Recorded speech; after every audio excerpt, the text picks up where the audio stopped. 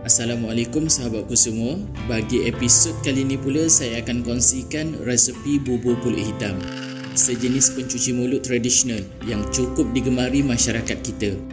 Dengan rasanya yang lemak manis dan mempunyai tekstur yang lembut. Hidangan ni sebenarnya bukan sahaja sesuai dinikmati bersama keluarga, ianya juga sangat ideal untuk disajikan dalam pelbagai majlis seperti kenduri, jamuan rasmi atau majlis perayaan. Dalam video kali ini saya akan kongsikan mengikut cara daripada keluarga kami lah. So macam biasa, untuk cara selengkapnya stay tune dan jom kita masak. Baiklah, pertama sekali kita sukat dahulu beras pulut hitam ni. Dalam resipi ni saya hanya gunakan sukatan 1 cawan saja. Nampak je macam sikit kan, tapi bila dah jadi bubur nanti hasilnya dah mencukupi untuk dihidangkan bersama keluarga.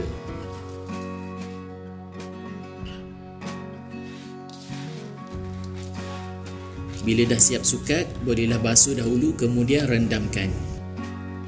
Untuk tempoh rendaman beras pulut hitam ni sebenarnya lagi lama tempoh rendamannya, lagi cepatlah untuk empuk. Untuk resipi ni saya rendamkan selama 10 jam. Baiklah, langkah seterusnya kita dah boleh mula untuk merebus beras pulut hitam yang telah direndamkan tadi. Tapi sebelum tu seeloknya kita bilas terlebih dahulu dan gantikan dengan air yang baru. Kemudian tambahkan lagi sebanyak 5 cawan air. Untuk jumlah air ni sebenarnya boleh ikut kesesuaian lah. Kalau beras yang direbus nanti belum lagi empuk, kita boleh tambahkan lagi jumlah air sehingga ianya betul-betul empuk. Step merebus ni sebenarnya step yang sangat penting lah dalam proses nak buat bubur pulut hitam. Sebabnya kalau beras masih lagi keras tapi kita dah masukkan bahan-bahan lain, nanti hasilnya tak memuaskan.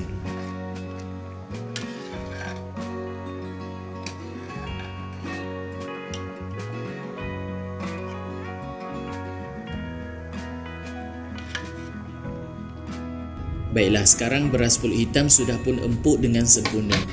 Kalau nak dapatkan lebih kepastian lagi, bolehlah cuba rasa dahulu sedikit sama ada tekstur beras masih keras ataupun sudah empuk sempurna.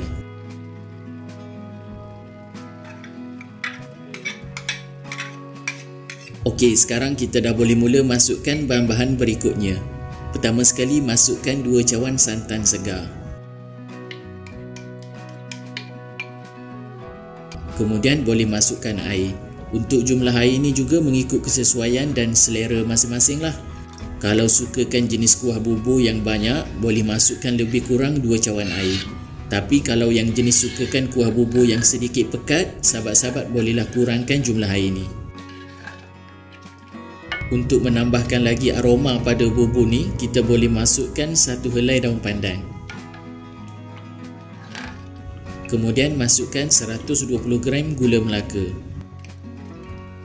1 cawan gula. Akhir sekali masukkan 1 sudu kecil garam. Sekarang bolehlah kita kacau dan biarkan sekejap sehingga ianya mendidih sekali lagi. Bila bubur ni dah mendidih dan sudah pun masak sepenuhnya, kita dah boleh tutupkan api dan ketepikan dahulu. Baiklah, sekarang kita akan buat kuah santannya pula. Pertama sekali masukkan 120 gram santan ke dalam satu bekas. Kemudian masukkan 30 gram tepung gandum, 1 cawan air. Akhir sekali masukkan setengah sudu kecil garam. Sekarang bolehlah kacau dahulu adunan ni sehingga ianya sekata dan sebati.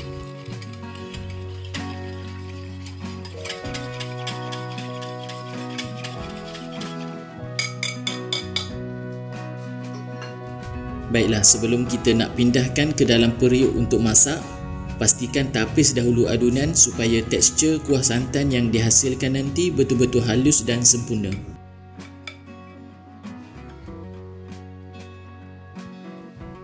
Sekarang kita dah boleh mula nyalakan api dan jangan lupa juga masukkan sehelai daun pandan untuk dapatkan aroma kuah santan yang lebih sedap lagi. Step seterusnya kita mesti kena sentiasa kacau adunan ni. Dan pastikan juga gunakan api yang kecil sahaja. Kacau adunan ni sehingga ianya berubah kepada tekstur yang agak sedikit pekat. Ataupun kita kacau je sehingga ianya kelihatan seperti kepekatan susu pekat manis tu. Okey, bila dah kelihatan agak sedikit pekat macam ni, kita dah boleh mula tutupkan api.